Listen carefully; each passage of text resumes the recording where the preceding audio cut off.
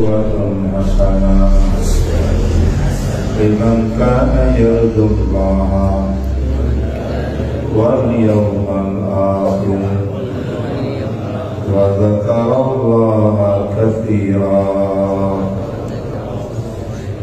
اللهم إنا نسألك علما نافعا وإيمانا كاملا ويقينا صادقا وقلبا خاشعا ولسانا ذاكرا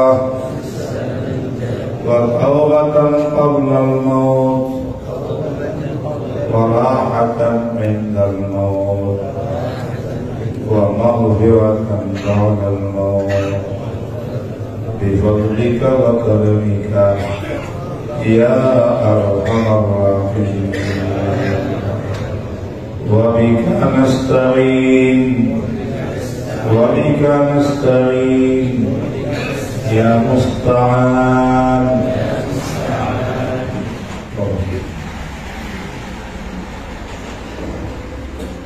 بسم الله الرحمن الرحيم. الحمد لله رب العالمين والعاقبة للمتقين والصلاة والسلام على سيد الأنبياء والمرسلين وعلى آله وأصحابه أجمعين.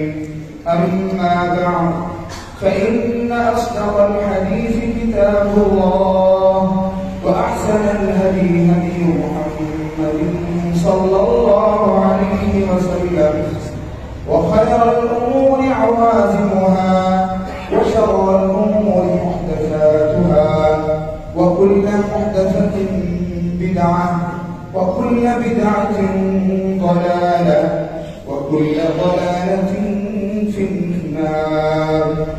وبالسند المتصل منا إلى الشيخ الإمام الهمام الحافظ الحجة أمير المؤمنين في الحديث أبي عبد الله محمد بن إسماعيل بن إبراهيم بن المغيرة بن البردزبة الجعفي اللماني البخاري رحمهم الله تعالى. اللهم انفعنا بعلومه وعلومهم آمين يا رب العالمين. أنه قال: باب قول الله تعالى: ونضع الموازين القسط ليوم القيامة وأن أعمال بني آدم وقولهم توزن. وقال مجاهد رحمه الله تعالى: القسطاس العدل باللومية. ويقال القسط مصدر المقسط وهو العادل، وأما القاسط فهو الجائر. وبه قال حدثنا أحمد بن إشكاب قال حدثنا محمد بن فضيل عن عمارة بن القعقاع عن أبي زرعة عن أبي هريرة رضي الله تعالى عنه وعنهم أنه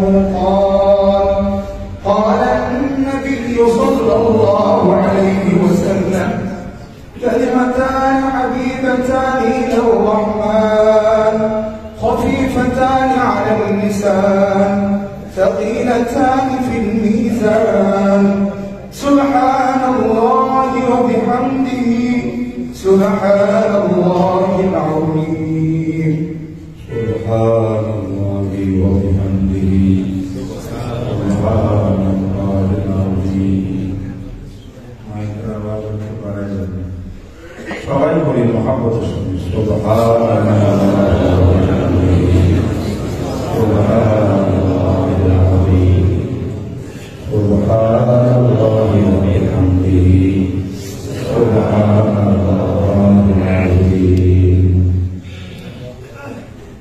Alhamdulillah wassalatu wassalamu ala rasulillah wa ala alihi wa ashabihi ومن تبعهم بإحسان إلى يوم الدين وبعد আজকে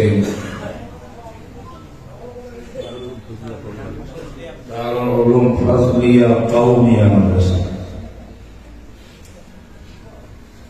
এই মাদ্রাসার বুখারী শরীফের সর্বশেষ সবক, শেষ হাদিসটুকু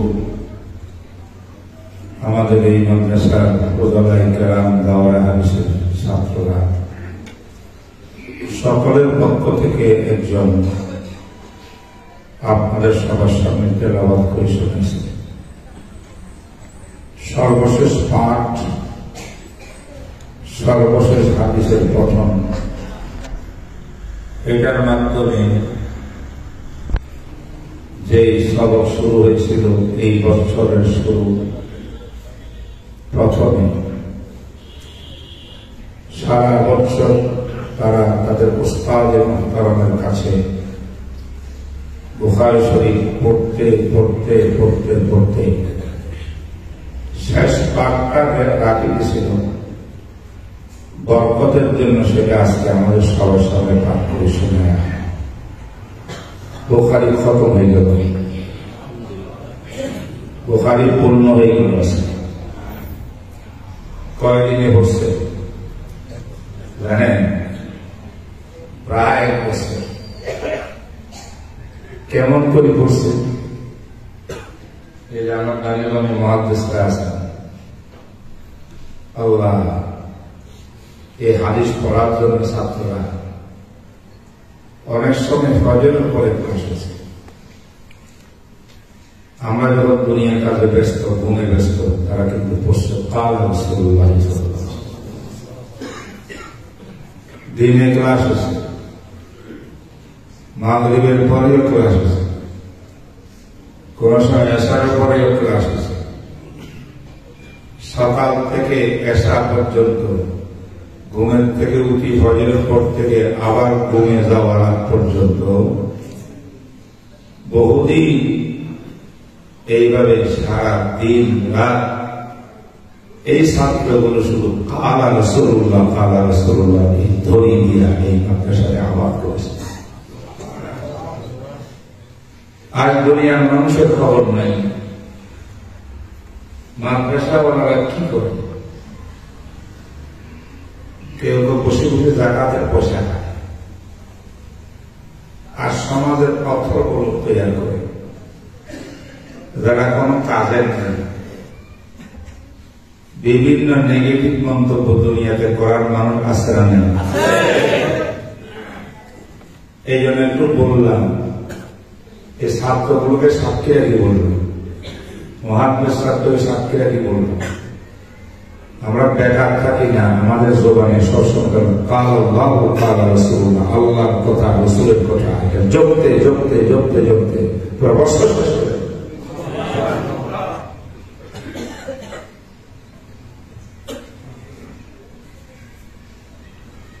এই জন্য আল্লাহ বলছেন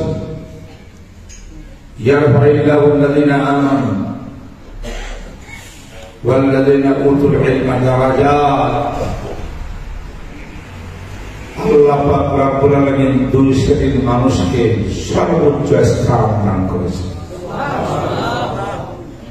প্রথম স্থান মুমিন, যারা ঈমানদার, পরিপূর্ণ ঈমান রাখে, খালেস ঈমান রাখে, শিরক মুক্ত ঈমান রাখে, তাদের মর্যাদা। আবার ঈমানদারের মধ্যে যারা উলামা আলেম, তাদের মর্যাদাকে আল্লাহ পাক দারাজাত বহু উঁচা করেছেন।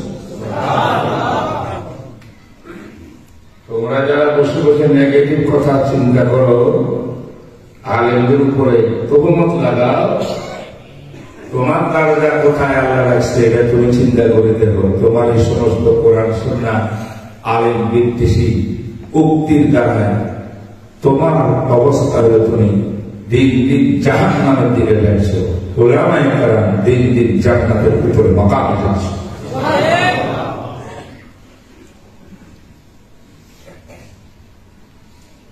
আজকে যারা আসছেন আমি বলি সারা বছর আপনাদের বড় অবদান বিশ্বত মাদ্রাসার প্রতি।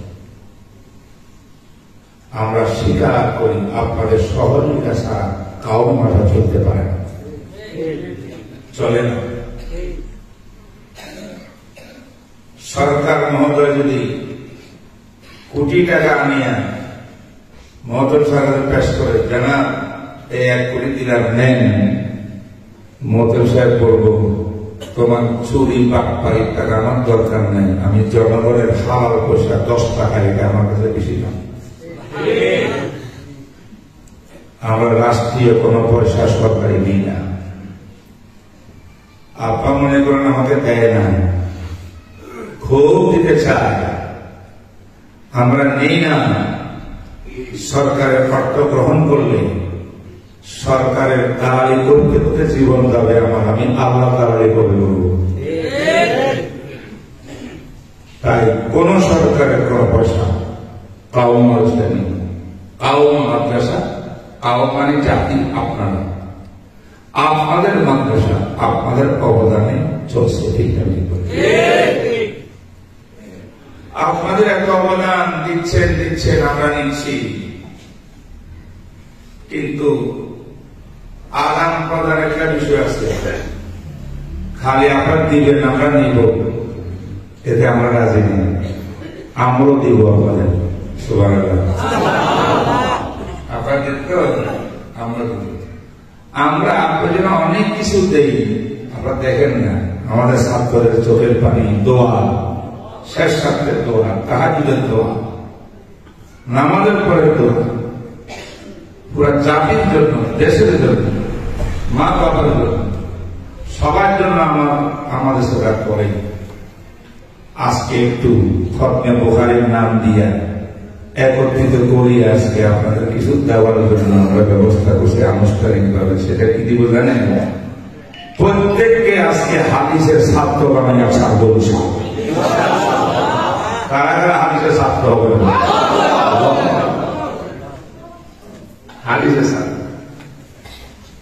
হাদিসের ছাত্রদের নাম সাহাবা। প্রথম ছাত্র যারা ছিলেন হাদিসের তাদের নাম সাহাবায়ে কেরাম। ঠিক না? হাদিস রসুলের কথাকে হাদিস বলা। আমি যতক্ষণ কথা বলবো কোন সাউন্ড নেই, চলো শোনেন আজকে বুখারী কেন আজকে এখানে এসেছে। রাসূলুল্লাহ সাল্লাল্লাহু আলাইহি ওয়াসাল্লাম মুখের বাণী, এটা নাম হাদিস। আমার রাসূল কাজ করতেছেন কর্ম, কিভাবে ঘুমাইছেন এটার বয়ান নাম হাদিস, কিভাবে খেয়েছেন বয়ান নাম হাদিস, কিভাবে ওযু করছেন বয়ান নাম হাদিস, কিভাবে নামাজ পড়ছেন বয়ান নাম হাদিস। রাসূলের কথা, রাসূলের বাণী, রাসূলের কর্ম, রাসূলের সমর্থন, রাসূলের জীবনী, রাসূলের হালাত, সবগুলোর নাম হল হাদিসে মুবারক। এই ফটো স্টেটের মিছিল তো সেই যুগে ছিল না। আমরা নবী দেখি নাই, রাসূল দেখি নাই। রাসূলুল্লাহ সাল্লাল্লাহু আলাইহি ওয়াসাল্লামের পুরো জীবনীকে সাহাবায়ে কেরাম কাগজে কলমে নোট করে করে আল্লাহ নবীর জীবনের ফটো স্টেট তুলে দিচ্ছেন আমাদের সামনে। সেটা নাম হাদিসের কিতাব। আমরা হাদিস পড়ে বুঝতে পারি আমার নবী কেমন ছিলেন, হাদিস পড়ে বুঝতে পারি আমার নবীর চেহারা মোবারক কেমন ছিল। সুবহানাল্লাহ। হাদিস পড়ে দেখতে পারি আমার নবীর মোস মোবারক কেমন ছিল, দাড়ি মোবারক কেমন ছিল, আঙ্গুলগুলো কেমন ছিল, বুকের অবস্থা কেমন ছিল, পায়ের অবস্থা কেমন ছিল। প্রত্যেকটি জিনিসকে রাসূলের ফটোকপি, ফটো স্টেট করলে, ছবি করলে যেমন দেখা যায় একটা মানুষকে, আমার নবীর ছায়া ছবি আর ছবির নাম হল হাদিস।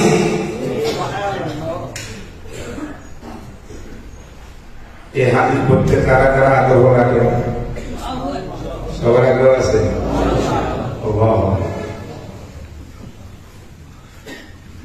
রাসূলের হাদিস হাদিসের সংকলন অনেক বড় বড় মুহাদ্দিসরা করেছেন, বহু কিতাব দুনিয়াতে এসেছে। তার ভিতরে একটা কিতাবের নাম বুখারী শরীফ। ওই ইতিহাস বলা যাবে না, সময় কম। এই বুখারী শরীফটা লেখার জন্য ইমাম বুখারী রাহমাতুল্লাহ আলাইহি আল্লাহ পাক কিছু ব্যবস্থা করছেন যে ইমাম বুখারী বহুত বড় মুহাদ্দিস, তুমি এটা হাদিসের কিতাব লেখো। আল্লাহ পাক কেমনে করলেন হাদিসের কিতাব লেখো? আল্লাহ পাক জাহিরি যে সূরত পয়দা করে দিয়েছেন। স্বপ্নের মধ্যে ইমাম বুখারী আল্লাহ রাসূলকে দেখেছেন, দেখছেন এমন অবস্থায় নবীজি এক জায়গায় বসা, মাছি মশা ঝামেলা করতেছেন, উড়ি উড়ি আসতেছে নবীর দেহের মোবারকে বসার জন্য। আর উনি নিজকে নিজে দেখতেছেন যে উনি রাসূলের সামনে পাকা একটা লইয়া এমন এমন করতেছে, মশাও না আসতে পারে, মাছিও না আসতে পারে। স্বপ্ন শেষ। ইমাম বুখারী কি লিখলেন?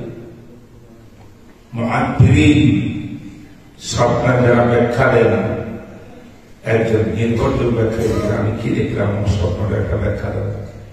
হযরত আপনার বড় মুবারক স্বপ্ন এটা।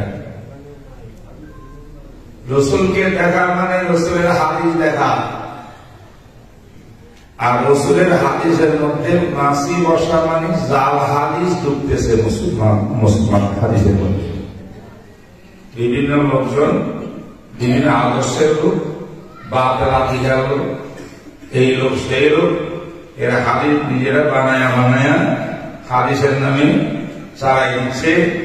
মানে আল্লাহ নবীর হাদিসটার মধ্যে মাছি বসতেছে, মশা বসতেছে, নষ্ট হয়ে যাচ্ছে। আর পাকা দিয়ে এমন এমন করতেছে, অর্থাৎ আপনার দ্বারা আল্লাহ এমন কাজ নিবে যে রাসূলের হাদিস অপূর্ণ থাকবে, মাছি মশা বসা শুরু পারে। এই হল আমার অবস্থায় বিরাট বড় ফকি মুহাদ্দিস ওনাদের পড়তে গেছেন ইমাম বুখারী। পড়তে পড়তে একদিন উস্তাদজি বলতেছেন ছাত্রদের, যোগ্য যোগ্য ছাত্র, ইমাম বুখারী মতো ছাত্ররা, ইমাম উস্তাদজি বললেন, তোমাদের মধ্যে কেউ যদি এমন করতা যে একটা নতুন গাছের হাদিসের কিতাব লিখতা, ইতিপূর্বে যত কিতাব আছে সেই কিতাবের মধ্যে সহিহ হাদিসও আছে, হাসান হাদিসও আছে। এটা হাদিসের আরেকটা প্রকার, এটা বলতে হবে। সহিহ মানে বাংলা সহিহ নেই, সহিহ হাদিস বলে আজকে আমাকে ধোকা দিচ্ছে একদমই সহিহ সহিহ করে। সহিহ হাদিস মানে হাদিসের কতগুলো পরিভাষা আছে। আপনার ছেলে 4 জন, একজনে পরীক্ষা দিয়ে আসে এক্সট্রা মার্ক পাইছে, আরেকজন পরীক্ষা দিয়ে ফার্স্ট ক্লাস পাইছে, আরেকজন পরীক্ষা দিয়ে সেকেন্ড ক্লাস পাইছে, আর একটা থার্ড ক্লাস পাইছে। ছেলে বলে ফলাফল করা। যদি কেউ জিজ্ঞেস করে, ভাই আপনার ছেলে 4 জন, 4টা ছেলে পাস করছে না ফেল করছে, কি বলবেন? ফেল না পাস? পাশে পাশে ব্যবধান আছে না? হ্যাঁ, রাসূলুল্লাহ সাল্লাল্লাহু আলাইহি ওয়াসাল্লামের হাদিসকে যোগ যোগান্তর ধরে 1000 বছর, 1000 বছর, 500 বছর পরে যারা লিখেছেন, লিপিবদ্ধ করছেন, ওদের পর্যন্ত নবীজির হাদিস মাঝখানে আসতে গিয়া যে সমস্ত ব্যক্তি রাবী হাদিসের বয়ানকারী, তাদের মধ্যে আবার মানুষ কয়েক রকম। এক রকমের রাবী এক্সট্রা মার্ক করা রাবী, বুঝলেন? সব এক্সট্রা মার্ক করা ভালো ভালো ছাত্র থেকে হাদিস নিয়েছেন, এটার নাম হয়ে গেছে সহিহুল রিজাল। আবার যারা ফার্স্ট ক্লাসের পাস এক্সট্রা মার্ক পায় না এমন ব্যক্তি যারা হাদিস ব্যবহার করছেন বর্ণনা করছেন তাদের হাদিসের নাম হয়ে গেছে সহিহুল গায়বি। আবার যারা সেকেন্ড ক্লাসের পাস তারা যখন ব্যবহার হাদিস বয়ান করছে এটা হয়ে গেছে হাসান লিজাতি।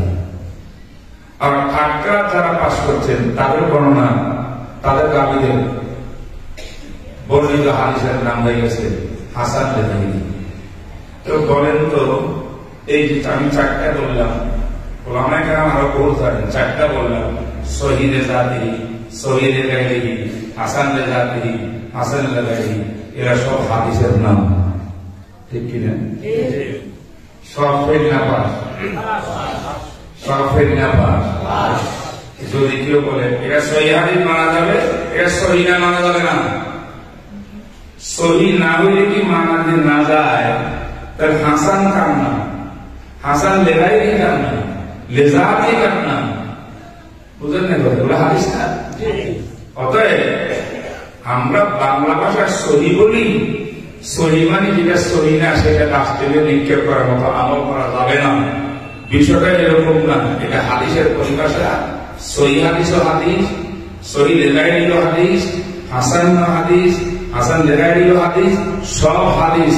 হাদিসের বিভিন্ন স্তর আছে, এই হাদিসগুলো দিয়া বিভিন্ন রকমের শরীরের বিধিবিধান উদ্ভাবিত হয় এবং এইগুলা উম্মত সব আমল করতে হয়।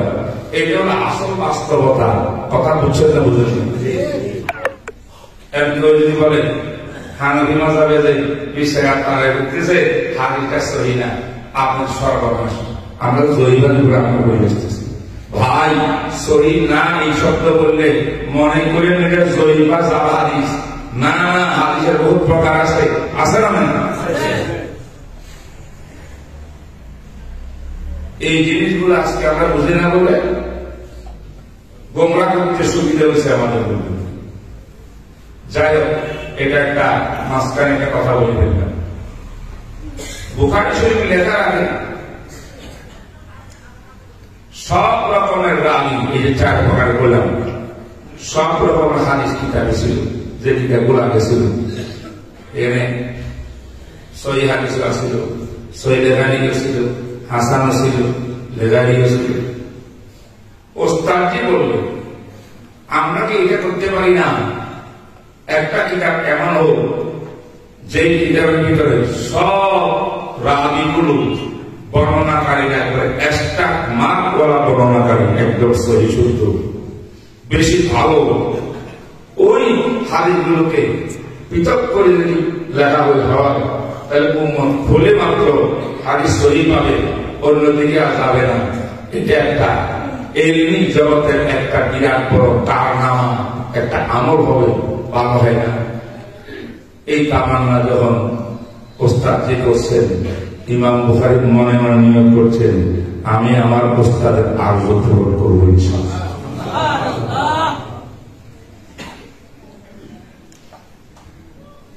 16 বছর পর্যন্ত লেখা লিখতে আছে হাদিস। সুবহানাল্লাহ।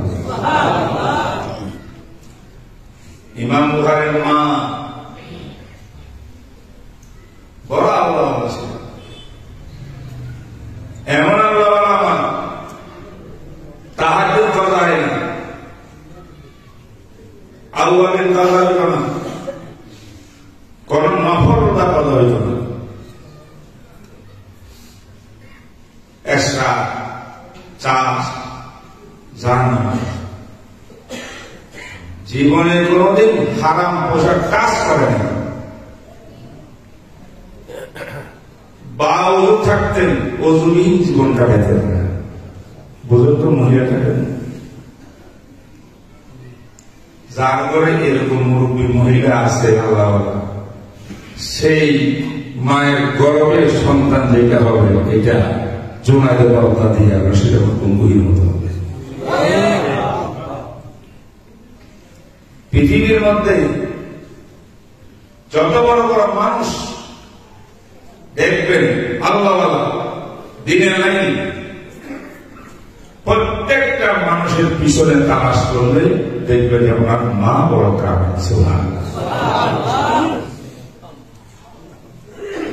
তার মানে ইসাক সাহেব রহমতুল্লাহ আলাইহি, মরহুম ফজলুল করিম সাহেব রাহিমাহুল্লাহ, বর্তমানে যারা কায়দা আছেন, এই খানদানটা পুরো দেশের মধ্যে দিনের ইসলামের কাম করতেছে না।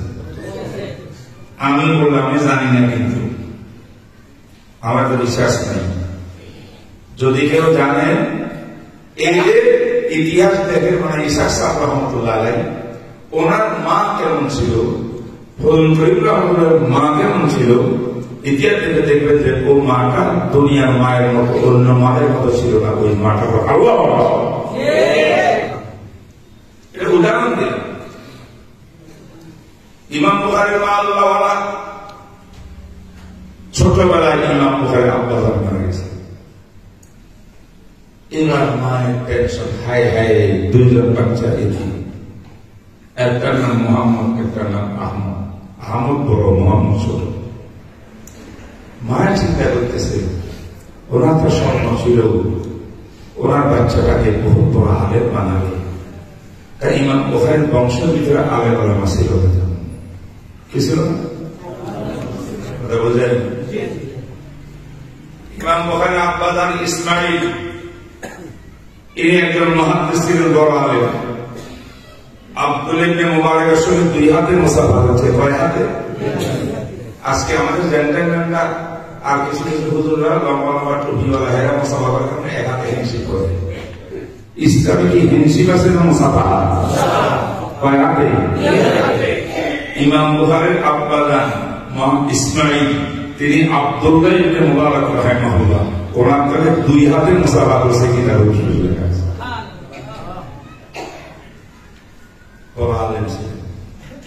ওনার আব্বার উপরে ইব্রাহিম, ওনার দাদা, ইতিহাস নাই, উনি কোন আলেম তার কিছু ছিল না, সাধারণ পাবলিক। ওনার পরদাদা মুগিরা, এদিকে সাধারণ পাবলিক, প্রথম মুসলমান। পরদাদার উপরে আর কোন মুসলমান ছিল না। বাগদিস বা অমুসলিম, বাসিস বা অমুসলিম, এরা একজন মুসলমান না, অগ্নি পূজারী।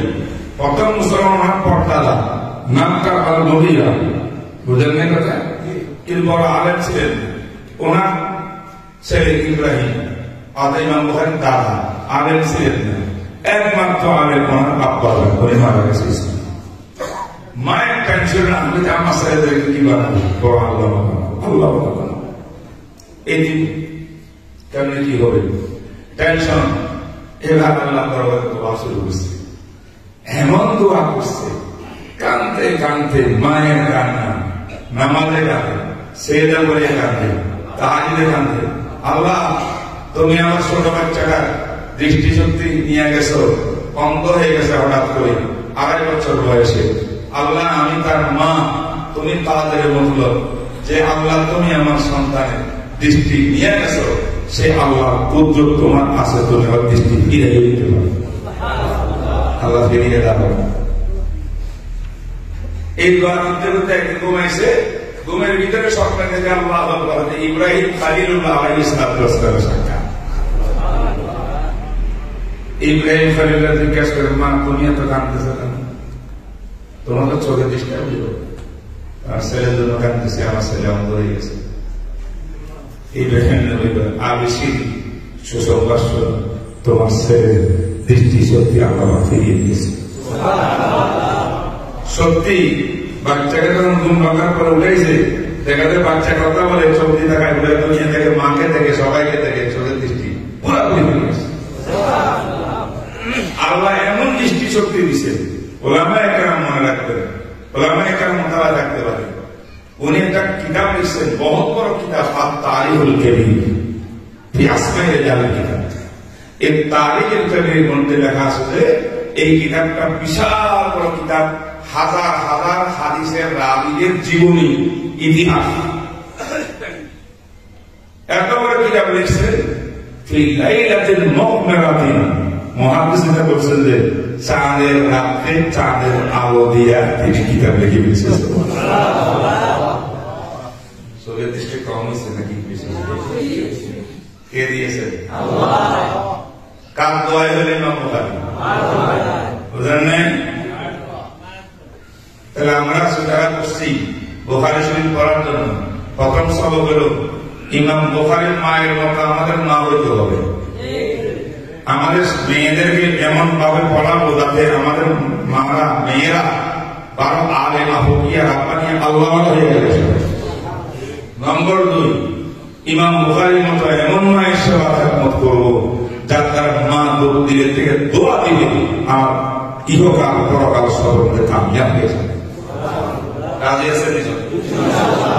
মায়ের খেদমত করবেন তো ইনশাআল্লাহ, মায়ের দোয়া নিব তো ইনশাআল্লাহ।